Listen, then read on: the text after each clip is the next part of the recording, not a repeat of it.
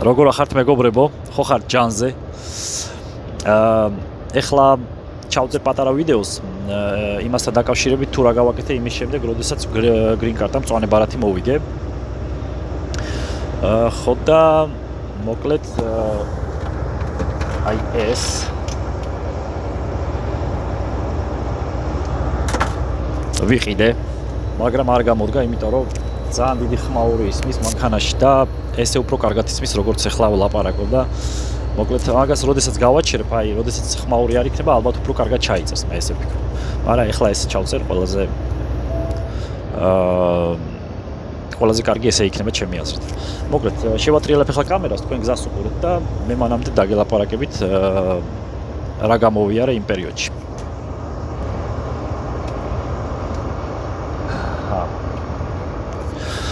მოკლედ ჩემო მეგობრებო, ესე იგი შევავსე მე მწვანე ბარათი ოქტომბრის თვეში, ოქტომბრის 15-16 რიცხვი იქნებოდა სადღაც. ესე იგი მწვანე ბარათი ივსება ოქტომბრის 5 რიცხვიდან თუ 6 რიცხვიდან ნოემბრის 6 რიცხვამდე ერთი თვის განმავლობაში. შემდეგ ესე იგი პასუხი მომივიდა მაისში. მაისის 2 რიცხვიდან იყო მაშინ პასუხი, ახლა არ ვიცი. მაისის შუა რიცხვებში სადღაც ესე 15-16 შეიძლება 17, მე მგონი 17 რიცხვი იყო, როდესაც ვნახე. შევამოწმე ჩემი მწვანე ბარათის სტატუსი და მოკლედ აღმოჩნდა, რომ green card-ა მოვიგე, მწვანე ბარათი მოვიგე. ესე იგი რა პროცედურები გავიარე, პირველ რიგში ემოციები მქონდა, ნუ სასწაული, რა თქმა უნდა გამიხარდა და მაგაზე ვერც ვიოცნებებდი, რომ მოკლედ green card-ას მოვიგებდი და შოკში ვიყავი, პატარა შოკში ვიყავი, რა თქმა უნდა. ესე იგი პირველი რაც გავაკეთე ეს იყო მოვძებნე ადამიანი, რომელმაც იცოდა ამ მწვანე ბარათის საბუთებთან დაკავშირებული ყველაფერი. თვითონ სადაც მე შევავსე, ეს იყო ეს მწვანე ბარათი სადაც შევავსე თავიდან ამ ოქტომბერში, ეს იყო ესე იგი რუსთაველის მეტროსთან არის მაკდონალდი, მაკდონალდის უკანა მხარეს, მაშინ არ იყო უკანა მხარეს, მაშინ მაკდონალდის გვერდითა შენობაში იყო კინოსახლი ერქვა იმ შენობას, ახლა არ ვიცი, შეიძლება ნუ ეს შენობა დგას ყველა ვარიანტში და იმ შენობას კინოსახლი ქვია და მაშინ ის green card-ის შევსების ოფისი იყო იქ. მაშინ გადავიხადე 15 ლარი შევსებაში, ანუ დამეხმარე რომ შემევსო green card-ა. ხო და ესე იგი ამათვე დამირეკეს რამდენიმე დღეში და მითხრეს რომ მოვიგე green card-ა და შემომთავაზეს თანხა, რაღაცა თანხაში გამიკეთებდნენ ამ green card-ას. ნუ მე არ დავთანხმდი, ახლა თანხას არ ვიტყვი, ძალიან დიდი თანხა შემომთავაზეს, რომ ყველაფერს გამიკეთებდნენ ამ green card-ის საბუთებთან დაკავშირებით და ყველაფერს ნუ მოკლედ დამეხმარებოდნენ. მე უთხარი რომ მეთქი ნუ ძალიან დიდი თანხაა თქო და ვერ შევძლებ თუ მაგ თანხის გადახდას თქო და მოვძებნე ადამიანი, რომელმაც ფაქტიურად ძალიან მიზერულ თანხაში გამიკეთა ეს ყველაფერი. ესე იგი არ მახსოვს ახლა იმ ადამიანის სახელი. მოკლედ ამ ქალმა, ეს ქალი იყო, ჩემი საბუთები, ყველა საბუთი, ესე იგი ატესტატი, დიპლომი, ჯარის მოწმობა და დაბადების მოწმობა. ხო. სამხედრო ბილეთი და დაბადების მოწმობა რა.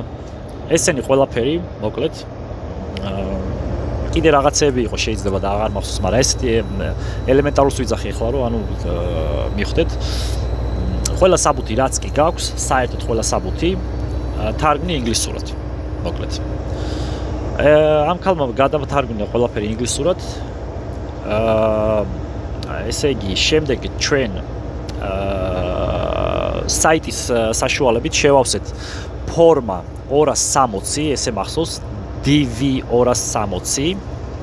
ეს არის green card-ის ფორმა, სპეციალური ინტერნეტით ივსება და აგზავნი საკონსულოში. და ამას აგზავნი, როგორც ვიცი, კენტუკის საკონსულოში, ეს არის ამერიკაში და მოკლედ ისინი განიხილავენ ამ green card-ის სტატუსს და ყველანაირად ყველაფერს განიხილავენ, მოკლედ შენ მოიგე თუ არ მოიგე და ეს შემდეგ და ასე შემდეგ და ესე იგი გინიშნავენ საქართველოს საელჩოში, ანუ ამერიკის საელჩოში საქართველოში გინიშნავენ დღეს, როდის შეგიძლია რომ გასაუბრებაზე მიხვიდე კონკრეტულ კონსულთან. ესე იგი ველოდე, რა თქმა უნდა, მე ძალიან დიდი ხანი, სადღაც 10 თუ 11 თვე ველოდე, ამ პოსტაზე უნდა მომსულიყო, ესე იგი წერილი რომ მე ამადამ დღეს ვარ გასაუბრებაზე დაბარებული. მოკლედ 11 თვე ველოდე სადღაც, ესე რომ ვთქვათ. და ანუ მაისში ხო დავიწყე ამ საბუთების გაკეთება. მაისში გავაგზავნე ეს ყველაფერი და ასე შემდეგ. და მომივიდა შემდეგ ესე იგი აპრილში პასუხი 2 აპრილს ფაქტიურად მომივიდა პასუხი რომ მე ესე იგი ამადამ დღეს ვიყავი დაბარებული კონსულთან საელჩოში, ეს არის მე მგონი დიღმის მასივშია, სადაც თუ დიღმთან ახლოს არის ტრასაზე. და მოკლედ და დაბარებული ვიყავი იქ. დაბარებული ვიყავი იქ, ესე იგი 12 საათზე და იქ უნდა ყოფილიყავი 2 საათით ადრე, ანუ 10 საათზე იქ უკვე უნდა ყოფილიყავი. ფაქტიურად ეს საბუთები რაც გადავთარგმნე ყველაფერი და ის ამობეჭდილი, ანუ ამობეჭდილი სახით უნდა მიმეტანა DV 260. როგორც მახსოვს DV-ა თუ DS-ია, არ მახსოვს ზუსტად, მაგრამ DV იყო მე მგონი, DV 260. ის ამობეჭდილი უნდა მქონოდა, რა თქმა უნდა ინგლისურად იყო ის ყველაფერი და მოკლედ, რომ მე მოვიგე green card და ასე შემდეგ იყო დასტური რა, ესე რომ ვთქვათ, იმ DV 260-ში, როგორც მახსოვს, ეხლა შეიძლება ვცდები. ხო, ეს საბუთები, ჩემი საბუთებით ყველაფრით პასპორტი მოკლედ უნდა გააკეთოთ საერთაშორისო, ანუ საზღვარგარეთის პასპორტს რო ვეძახით, ეგეთის პასპორტი უნდა გააკეთოთ და ფაქტიურად მეტი არაფერი რა. 10 საათზე ვიყავი იქ უკვე. შემდეგ ესე იგი შემიყვანეს კონსულთან 12 საათზე. სანამ ესე იგი საელჩოში შევიდოდი, გამომართვეს ყველა ელექტრონული საშუალება, ნუ ეს საათი იყო და მე მგონი ტელეფონი, მეტი არაფერი არ მქონდა. და ჩემი საბუთებით მოკლედ შევედი საელჩოში, საკონსულო არის, მოკლედ პირდაპირ საელჩო შესასვლელიდან სადღაც, ნუ ალბათ ესე 50 მეტრში. ხო, შემდეგ დაველოდე იყო 3 თუ 4 ფანჯარა მოკლედ ამ საკონსულოში. ამ 3 თუ 4 ფანჯარიდან მოკლედ ჯერ მიდიოდი ერთთან, მეორესთან, მესამესთან, მეოთხესთან მოკლედ. ველოდე სადღაც საათნახევარი თუ 2 საათი. და დამიძახეს პირველ ფანჯარასთან, როდესაც პირველ ფანჯარასთან დამიძახეს, შემეკითხნენ იქ, რომ ესე იგი მიმეწოდებინა ზუსტად ის საბუთი, რომელსაც მეტყოდნენ, ყველა საბუთი არ მიმეწოდებინა, რომელსაც მეტყოდნენ, ზუსტად ის საბუთები უნდა მიმეწოდებინა. ესე იგი მივაწოდე, ნუ რაც მომთხოვეს, ყველაფერი მივაწოდე, რა თქმა უნდა. შემდეგ მითხრეს, რომ დავლოდებოდი. შემდეგ ხო, ჩემი თითების ანაბეჭდი აიღეს. ეს დამავიწყდა, ანუ თითების ანაბეჭდი აიღეს მანამდე, სანამ შევიდოდი ამ საკონსულოსთან. ამ კონსულის ოთახთან, სადაც ველოდებოდი და შემდეგ მეორედ ამაღებინეს თითების ანაბეჭდები, მოკლედ აი ამ პირველ ფანჯარასთან. ხო, შემდეგ მითხრეს, რომ დაელოდეთ კონსული როცა მიგიღებთ, დაგიძახებთ, ანუ როცა უკვე იქნება მზად კონსული, დაგიძახებთ, ესე მითხრეს. ველოდე მოკლედ ამ კონსულს მოკლედ სადღაც ალბათ 1-15 წუთი, არა, ნუ 20 წუთი ხო, ცოტა მეტი იყო. სამშობლოა, მოკლედ ველოდე ამ კონსულს, გამომიძახეს კონსულთან. კონსული იყო ამერიკელი, რა თქმა უნდა. ქართულად არ დამელაპარაკა, მე მკითხა, რომ რაღაცებს მეკითხებოდა ინგლისურად და მაშინ ინგლისური არ ვიცოდი საერთოდ. რაღაცა ელემენტარულები რაც სკოლაში მქონდა ასწავლე, მაგრამ ის სხვა რაღაცას მეკითხებოდა და საერთოდ ვერ გავიგე და მეთქი, ან ქართული ან რუსული ვიცი მეთქი რა, რომელიმე ენაზე დაგელაპარაკებით მეთქი რა და არაო ინგლისურად დამელაპარაკეო რა. ეს რაღაცნაირად მითხრა რომ მივხვდი რომ მოკლედ no English და მეთქი არ ვიცი მეთქი ეს ინგლისურად და რა გიპასუხო რა ვიცი. ხო და მე მოიყვანეს კონსულტანტ დადგა მოკლედ თარჯიმანი და ეს ბიჭი იყო და მოკლედ 27-28 წლის ბიჭი იქნებოდა.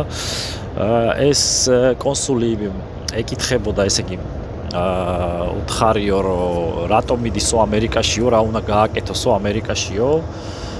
ესე იგი პირველი კითხვა იყო რომ რატომ მიდიხარო ამერიკაშიო, მოკლედ მე უთხარი რომ მეთქი ჩემი ოცნება იყო მეთქი ამერიკაში მოხვედრა მეთქი და ბედნიერი ვარ მეთქი რომ green card-ა მოვიგე მეთქი, ანუ მწვანე ბარათი მოვიგე მეთქი, ძალიან ბედნიერი ვარ მეთქი და მიხარია მეთქი რომ ჩემ ოცნებას ვიხდენ მეთქი რა. მეორე იყო რომ ვისთან მიდიხარ და რა უნდა გააკეთოო რა. და მეთქი ჩემ მეგობართან მივდივარ მეთქი და მოკლედ მინდა მეთქი რომ გამოვიდე ტრენერი მეთქი რა. ხალხი მინდა მეთქი რომ ვავარჯიშო მეთქი და ჩემი ოცნებაა მეთქი რომ ამერიკაში გავაკეთო მეთქი ესეთი რაღაცა მეთქი ჩემი დარბაზი მეთქი რა. ხო და ნუ მეტი არაფერი არ უკითხავს სიმართლე გითხრათ, უბრალოდ მე მითხრა რომ შეიძლება რომ მეც მოვიდე და ვივარჯიშო შენ დარბაზშიო და მეთქი ამბიციონები ჯერ შევხედე რომ მეთქი მეღადავება მეთქი რა და ესე იგი ეს იმას ნიშნავდა რომ ანუ ჩამიტყა ფაქტიურად ეს ვიზა და შემდეგ მითხრეს რომ კი გეხუმრებათო და ანუ თქვენ მიიღეთ თქვენი ვიზაო და 3 დღის განმავლობაშიო დაელოდეთო პოსტითო. გამოსვლისას შევეკითხე რომ მეთქი რომელ პოსტაში მოვიდოდა ეს ვიზა და პოსტაში ესე იგი გამოსვლისას მითხრეს რომ მოვიდოდა TNT-ში, ანუ TNT-ში, ეს იყო მარჯანიშვილზე მაშინ, ეხლა არ ვიცი სად არის და მოკლედ ეს 3-4 დღის მერე სადღაც მივედი ამ პოსტაში და უკვე მომცეს ჩემი პასპორტი პოსტაშივე, ანუ ამ კონსულმა დაიტოვა ჩემი პასპორტი და ნუ ჩაარტყეს შიგ-ვიზა და ნუ მოკლედ ეს პასპორტი ავიღე და შიგ ეწერა რომ ნუ მოკლედ ვიზა იყო 6 თვიანი, ანუ რაღაცა პერიოდიდან რაღაცა პერიოდამდე იყო და რომ გამოვიტყოლა 6 თვე გამოვიდა რა ესე რომ. ხო და მოკლედ იქ პოსტაში კიდე ავიღე კონვერტი, დიდი ყვითელი კონვერტი იყო, რომელიც არ უნდა გამეხსნა არავითარ შემთხვევაში. ეს კონვერტი უნდა გაეხსნათ, როდესაც ჩამოვიდოდი უკვე ამერიკის საზღვარზე. ანუ თვითმფრინავით რომ ჩამოვფრინდებოდი, მოკლედ იქ საბაჟო პუნქტზე უნდა გაეხსნა თვითონ ოფიცერს, ვიღაცა ოფიცერს მოკლედ. და მოკლედ ესე იგი ისე მოხდა, რომ სადღაც 2 კვირაში უკვე წამოვედი ამერიკაში. ესე იგი თანხებთან დაკავშირებით რა თანხა დამჭირდა მთლიანობაში, რაც მახსოვს იმას გეტყვით. ესე იგი თავიდან იმ ქალს გადაუხადე $70 ამ საბუთების შეგროვებაში ყველაფერში მოკლედ ეს ელემენტარული ახლა რაც მახსოვს იმას გიყვებით. გადათარგმნაში სულ ყველაფერში $70 გამომართვა. შემდეგ $240 გადავიხადე, როგორც მახსოვს, საელჩოში კონსულთან შესახვედრად. ხო, კიდე რაში გადავიხადე? მეტი არაფერში არ გადამიხდია მან ფული, როგორც მახსოვს რა. ეგ იყო და ეგ. ხო, საბუთები პრინციპში გითხარით. ხო, თანხებთან დაკავშირებით შემდეგ ამერიკაში რომ ჩამოვედი, green card-ის საფასურია კიდე $240 თუ $250. ანუ green card-ა რომ მოგივიდეთ სახლში, ანუ იმ თქვენ რომ ამერიკაში ჩამოხვალთ, შემდეგ, ანუ საქართველოსთან შეგიძლიათ გადაიხადოთ პრინციპში ეგ თანხა. მე ამერიკაში რომ ჩამოვედი, მაშინ მითხრეს რომ ანუ ეგ green card-ის საფასური უნდა გადამეხადა და ესე იგი ფაქტიურად $240 თუ $220 თუ $250, ნუ $250-მდე, $200-დან $250-მდე გადავიხადე green card-ის აღების თანხა. მომივიდა green card-ა ზუსტად 2 კვირაში თანხის გადახდის შემდეგ. ხო, და ესე იგი, მეტი არაფერში არ გადამიხდია თანხა რა, სიმართლე გითხრათ. სულ ეს თანხა დაждდა, რაც თქვი ახლა რა. ამერიკაში ჩამოსვლის თანხა, ანუ რამდენი წამოვიღე და რამდენი მეყო, ფაქტიურად შემიძლია გითხრათ, რომ სადღაც 1500 თუ 1700 დოლარი მქონდა.